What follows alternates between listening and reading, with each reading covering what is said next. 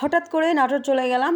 কয়দিন থাকলাম, কি কি খেলাম, কি কি করলাম আর কয়দিন পর ফিরলাম, সব কিছুর আদ্যপান্ত থাকছে আজকের এই ভিডিওতে।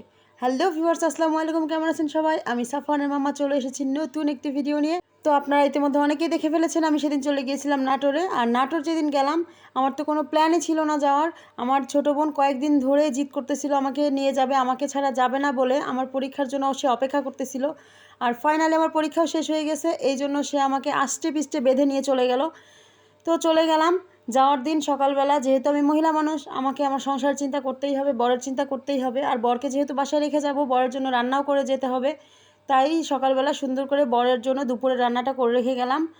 তো সেদিন পাবদা মাছ রান্না করছিলাম আর ছোটো বোনের জন্য চটপটি রান্না করছিলাম। তো ছোটো বোন চটপটি খেয়ে তো খুবই প্রশংসা করেছিল, আর চটপটির যে টকটা করেছিলাম সেটাও অসাধারণ ছিল। এরপরে আমরা সকাল সকালেই বেরিয়ে পড়েছিলাম, যেহেতু অনেকটা পথ, বগুড়া থেকে নাটোর যেতে প্রায় 3 ঘন্টা পথ যেতে হয়। তো সকালবেলায় বেরিয়ে পড়েছিলাম, কিন্তু কপাল খারাপ, আমরা যতই সকালে যাই না কেন আমরা টাইম মতো যেতে পারিনি, কারণ আমাদের মাঝখানে গাড়ি নষ্ট হয়ে গিয়েছিল। গাড়ি চেঞ্জ করে যেতে যেতে প্রায় বিকাল হয়ে গিয়েছিল। তো যে ফ্রেশ ট্রেশ হয়ে নিলাম, হালকা নাস্তা করলাম। এরপরে এক ভাস্তি নিয়ে আসছে গাব। দেখেন, ছোটোবেলা যখন দাদু বাড়িতে যাইতাম, তখন আমার দাদু বাসায় একটা গাব গাছ ছিল, সেই গাব গাছ থেকে গাব পারলে আমরা খেতাম। তো অনেক বছর পর গাব পেয়ে আমার খুব ভালো লাগতেছিল। আর এরকম গাছ পাকা গাব তো অনেক বছর খাওয়া হয়নি, এখন তো শহরে এসব দেখাই যায় না। আমার মনে আছে ছোটোবেলায় গাব দিয়ে চালুন কুলা এসব রং করা হতো, যেন এগুলো দীর্ঘস্থায়ী হয়। তো সেসব মনে পড়তেছিল, আর গাব খেলাম অনেকদিন পর, ভালোই লাগলো। আর এটা রাতের বেলা দেখেন আকাশে চং গুড্ডি উঠতেছিল। এটা আমার বোনের বাসার ঠিক পাশেই হচ্ছে ধান ক্ষেত। সেই ধান ক্ষেত মানে ওটাকে বিল বলা হয়, সেই বিলের মধ্যে থেকে একজন বয়স্ক চাচা এটা উড়াচ্ছিল। তার নাকি ওয়াইফ মারা গেছে, তাই সে সময় পার করে রাতের বেলা এরকম গুড্ডি উড়িয়ে উড়িয়ে।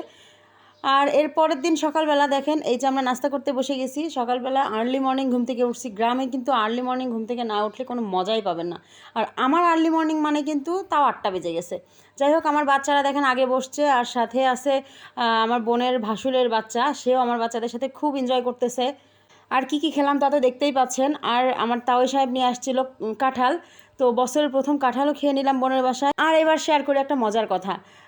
গত রাতে আমার সাথে আমার কয়েকজন ফ্যান ফলোয়ার্স দেখা করতে আসছিল, মানে ওই এলাকার অনেকজনই আমার ভিডিও দেখে। তো আমি এসব জানতাম না, আমার বোনের হাজব্যান্ডদের থেকে আর কি ওরা সাজেস্টেড। তো ওরা যে আমার ভিডিও দেখে আর আমাকে এতটা পছন্দ করে, আমি তো কখনো কল্পনাই করিনি। আর আমার লাইফে কোনো দিন কোনো ফ্যান ফলোয়ারের সাথে এরকম সাক্ষাৎও হয়নি, আনওয়ান্টেড আর কি। তবে সরি বলে নেই সেই সব ফ্যান ফলোয়ার্সদের যারা দেখা করতে এসেছিলেন, আমি তাদের সাথে কোনো কথাই বলতে পারিনি। কারণ লাইফে ফার্স্ট টাইম ফলোয়ারের সামনে দেখা হওয়াটা মানে আমার কাছে খুবই শাই লাগছিল, খুবই লজ্জা পাচ্ছিলাম, যার কারণে আমি একটা কথা বলতে পারিনি। আর আমার ছেলেপিলেদের তো দেখেই ফেললেন, ওরা একেবারে মেটেল হয়ে গেছে। আর আমি ওদেরকে ছেড়ে দিয়েছি যে গ্রামের পরিবেশে তোরা ইচ্ছা মতো মাটি নেড়ে বেড়া। তো ওরা মাটি কাদা নেড়ে খেলাধুলা করতেছে, আর আমি এদিক চলে আসছি আম মাখাতে। দেখেন, আমার ছোটো বোন আর হচ্ছে ছোটো বোনের ননদ, মানে ওই বাসার মেয়েরা মিলে আমগুলো কেটে রেডি করে আমাকে দিছে মাখানোর জন্য। এখন আমি মরিচটা ডলে নিয়ে হালকা চিনি দিয়ে কাসুন্দি দিয়ে মাখিয়ে নিচ্ছি। আর এই আম মাখাটা অস্থির অস্থির লেভেলের হয়েছিল। তবে একটা ভুল হয়েছিল আমার, সেটা হচ্ছে চিনি দেয়া। আমরা তো হালকা একটু চিনি দেই ব্যালেন্স করার জন্য, কিন্তু ওই এলাকায় নাকি চিনি খাওয়া হয় না, মানে তারা শুধু মরিচ দিয়ে আর কাসুন্দি দিয়ে মেখে খেয়ে ফেলে। তো আমি যখন চিনি দেই, এই কারণে ছোট্ট ভাস্তিটা একটু মন খারাপ করেছে, সে খায়নি। তো সরি আম্মু, সরি বলে নিলাম। আর সবাই চেটে পুটে খেয়ে ফেলেছে। আর ওই যে আম মাখার নিচের যে ঝোলটা, ওটা নিয়ে আমার আর আমার ভাইয়ের মধ্যে মারামারিও হয়ে গেছে। এই যে আমার ভাইকে দেখতে পাচ্ছেন। আর গ্রামে এসে কি বলবো, আমার বাচ্চাদেরকে তো দিনের মধ্যে 3বার 4বার গোসল করাতে করাতে আমি টায়ার্ড হয়ে যাচ্ছি, আমি হাঁপিয়ে যাচ্ছি তাদেরকে গোসল করাতে, কিন্তু তারা মাটি দিয়ে গা মাখাতে একটু টায়ার্ড হচ্ছে না।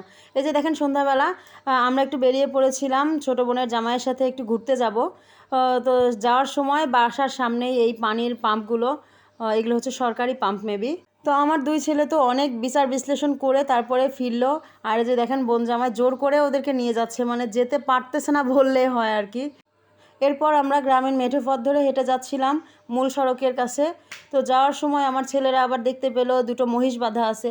ওই যে দেখতে পাচ্ছেন গাড়িটা রেখে দিছে, ওই গাড়িটা এই 2টো মহিষ দিয়ে টানা হয়।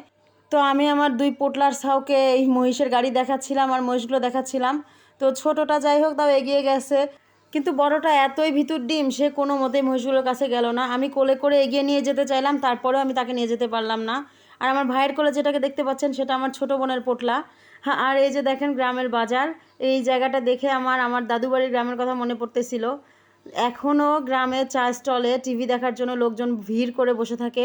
গ্রামের মেঠো পথ ধরে আমরা এগিয়ে যাচ্ছিলাম আমাদের গন্তব্যের দিকে। খুব ভালো লাগতেছিল গ্রামীণ পরিবেশ।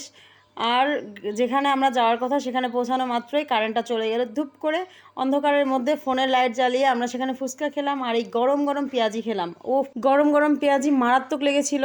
আর আমার বড় ছেলেকে দেখেন, সে ভ্যানের মধ্যে যাওয়ার সময়ই প্রাকৃতিক বাতাস খেতে খেতে ঘুমিয়েই পড়েছে। তো তাকে এইভাবে শুয়ে রেখেই আমি খেলাম। কিচ্ছু করার নেই, যেহেতু আমরা ভ্যানটা রিজার্ভ করে নিয়ে গেছি। আর আরেকটা কথা, আমাদের যাওয়ার কিন্তু এত দেরি হওয়ার কথা ছিল না, আমরা মাগরিবের আগেই সেখানে পৌঁছানোর কথা ছিল। কিন্তু রাস্তার মধ্যে আমাদের ভ্যানের চার্জ শেষ হয়ে যায়, এই জন্য আমাদের যেতে এত দেরি হয়। এরপরে আসার সময় অবশ্য ভ্যান চেঞ্জ করে আসতে হয়। আর এটা হচ্ছে পরদিন সকালে। পরদিন সকালবেলা ঘুম থেকে উঠে আবারও দেখলাম এত মজার একটা ফল, আতা ফল, তাও আবার গাছ পাকা। তো আজকে আমাদের বগুড়া ফেরার দিন, তাই সকালবেলা তাড়াতাড়ি করে নাস্তা সেরে বেরিয়ে পড়ছিলাম। আর এই সময় দেখে নিলাম আমার ছোটো বোনের বাড়িতে এত সুন্দর করে রসুন সাজিয়ে রেখেছে। আর এই যে দেখেন আমার মাওই মা কিন্তু 1 বস্তা রসুনও দিয়ে দিয়েছে, তবে এগুলো গাছালা রসুন, এই জন্য অনেকটা বেশি দেখা যাচ্ছে। আর এই যে আমার বড় ছেলে, সে এখন আরেকটা বিচার বিশ্লেষণ করতেছে। 2 ভাই মিলে দেখছে যে এই শিক কাবাবগুলো আসলে রান্নাবান্না হয়েছে কি না। আর এই যে বাসের মধ্যে দেখেন আমার ছোট ছেলে আইসক্রিম খেতে খেতে তার মুখটাকেই আইসক্রিম বানিয়ে ফেলেছে। তো 2 দিন বোনের বাড়িতে থাকলাম, খুবই ভালো লেগেছে গ্রামীণ পরিবেশ। তবে হ্যাঁ, এই ভালো লাগার দোহাই দিয়ে কিন্তু বারবার যাওয়া যাবে না। মনে রাখতে হবে যত কম যাবেন তত ভালোবাসা বেশি পাবেন। আর সেখানে আমি কি কি খেয়েছি সেসব বলবো না, কারণ আমি যখন একটা বাড়িতে বেড়াতে যাই সে বাড়িতে তারা আমাকে সর্বোচ্চ দিয়ে আপ্যায়ন করার চেষ্টা করে। সেটা কি দিয়ে চেষ্টা করে সেটা বলে তাদেরকে মান সম্মান ক্ষুণ্ণ না করাই ভালো, আর এটা ওপেনলি বলা উচিতও না। আর এই যে আমি বাসায় ফেরার পর, যেহেতু আমি মেয়ে মানুষ, আমার জন্য কেউ রান্না করে রাখবে না, এটাই স্বাভাবিক। তো বাসায় ফিরে তাড়াহুড়া করে আগে রান্নাঘরে ঢুকে গেছি। ছেলের জন্য নুডলস তুলে দিয়ে ছেলেকে গোসল করাইছি, ওকে গোসল করাতে দিয়ে তারপরে আমি গোসলে ঢুকছি। এদিকে ওকে নুডলসটাও খেতে দিলাম, ও একা একা কাপড় চোপড় পরে ফেলছে দেখেন, উল্টো করে এসে প্যান্ট পরে খেতে বসছে। তো ব্যাস, আমি আমার জন্য একটু ভাত বসিয়ে দিলাম। আর এদিকে গোসল শেষ করার পরে সে কাপড় চোপড়গুলো না নেড়েই রান্নাঘরে আবার ঢুকছিলাম ভাত বসাতে। তো এখন যাব কাপড়গুলো নাড়তে। তো কাপড় নাড়তে নাড়তে বেলকনির গাছগুলোও দেখতে হবে, যেহেতু আমি 2 দিন বাসায় ছিলাম না। আর ছেলের বাবাও এর মাঝে একদিন বাসায় ছিল না, সে গিয়েছিল জয়পুরহাটে তার প্রজেক্ট ভিজিটে। তো সেও নিশ্চিত আমার গাছগুলোর যত্ন করেনি। আর গাছগুলো যে কী অবস্থা এখন চলেন দেখি।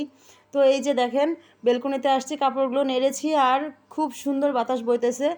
আজকের দিনটা অনেকটা রৌদ্রোজ্জ্বল, কিন্তু বাতাস আছে মাশাল্লাহ। এদিকে পেটে খুব ক্ষুধাও লেগে গেছে, তাই তাড়াতাড়ি করে ভাতও বসিয়ে দিয়েছি। আর ছেলে তো খাচ্ছে, আর ছেলের কাছে একটু নুডলস চাইলাম, সে আমাকে সেটাও দিল না। আর ছোট ছেলে কিন্তু এসেই নানা বাড়িতে জয়েন হয়ে গিয়েছে। কারণ ভাত ফুটিয়ে পান্তা করে হোক আর মরিচ পেঁয়াজ দিয়ে হোক, যেভাবেই হোক একটু কিছু খেতে হবে, শরীরটা খুবই দুর্বল লাগতেছে। তো ছেলের বাবাকে একটু ফোন দিয়েছিলাম বকাবকি করার জন্য, যে তুমি কেন আমাদের জন্য রান্না করে রাখোনি। পরে জানতে পারলাম সে নিজেই না খেয়ে আসে, সে কেন কীভাবে আর আমাদের জন্য রান্না করবে। পরে তাকে বললাম তুমি হোটেলে খেয়ে নাও, আমি যেটাই হোক করে একটু খেয়ে নিব। তো ব্যাস এইভাবে একটু মিনিমাইজ করলাম। আর দেখেন আমার গাছগুলোর সুন্দর নতুন পাতা বের হয়েছে, মাশাল্লাহ মাশাল্লাহ। তো এরপরে রান্নাবান্না শেষ করলাম। ফ্রিজ থেকে চট করে একটু মাছ বের করে সেটা ভেজে একটু ঝোল করে নিলাম। আমার ছেলের বাবাই বলল যে যেহেতু জার্নি করে আসছো একটু ঝোল ভাত খাও, ভালো লাগবে।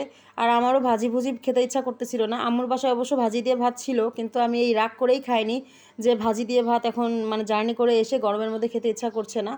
আর আজকে 3 দিন পর ছেলেদের তার বাবার সাথে দেখা হচ্ছে দেখেন। তো রাতের বেলা বাবা যখন অফিস থেকে ফিরতেছে, ছেলে তো 10 মিনিট আগে থেকে রাস্তায় দাঁড়িয়েছিল। আর বাবা আসার সাথে সাথে দেখলেন তো কি স্পিডে দৌড় দিয়ে যেয়ে বাবার কোলে উঠলো।